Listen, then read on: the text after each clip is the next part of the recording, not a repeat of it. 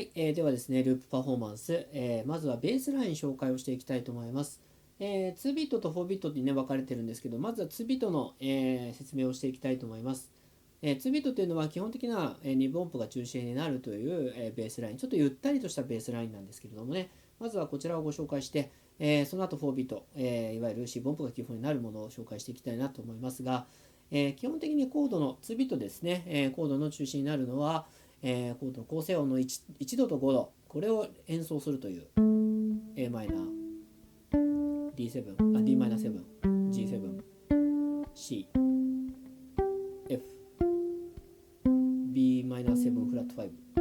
E7、a マイナー。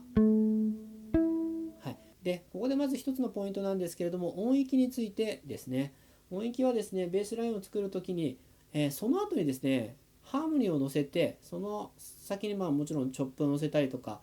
あとメロディー、アドリブってなってくると、どんどん上の方にですね、この後乗ってくる、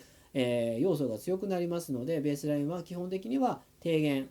バイオリンでいうとゲーセン、デーセン中心に、例えば、ビオラとか、チェロだと正線とゲーセンを中心にという、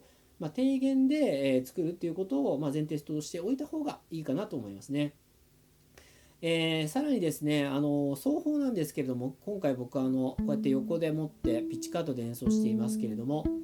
の後、いろんな要素が重なっていった時に、この後はですね、弓で演奏することが多くなったりしますね。ハーモニーを弓で演奏する、アドリブ弓で演奏するってなった時に、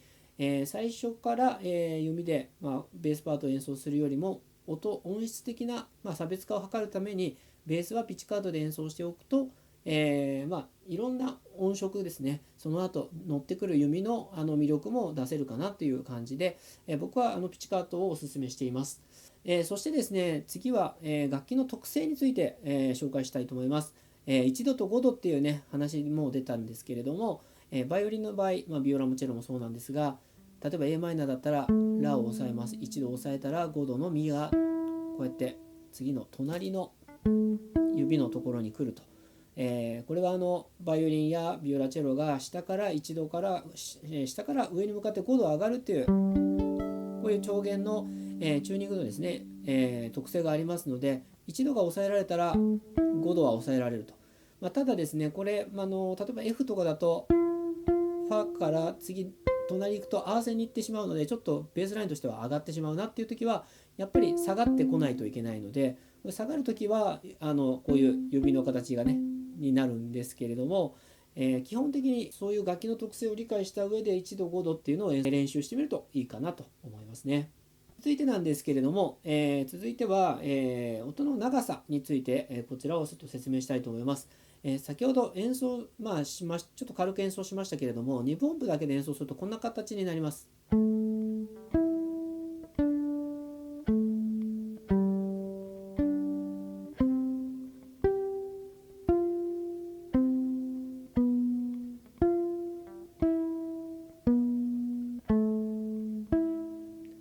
はい、こういう、2ビートってこういうもちろん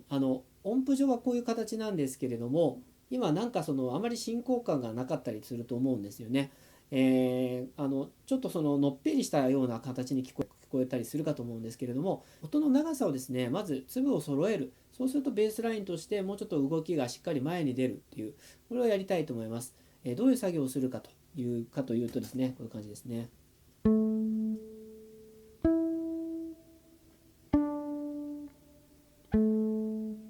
今やっていることはですね、押さえた指をですね、今押さえっぱなしだとずっと伸びてますよね。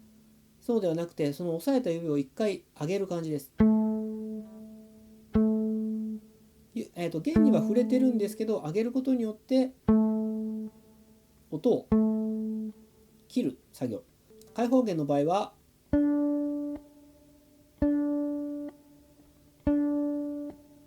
音を出してから切りたい時に指をちょっと弦に添える。これをですね、添えすぎると音が出てしまうので、そっと弦に触れる感じ、音を切るという作業ですね。これをすることによって、2ビートでもですね、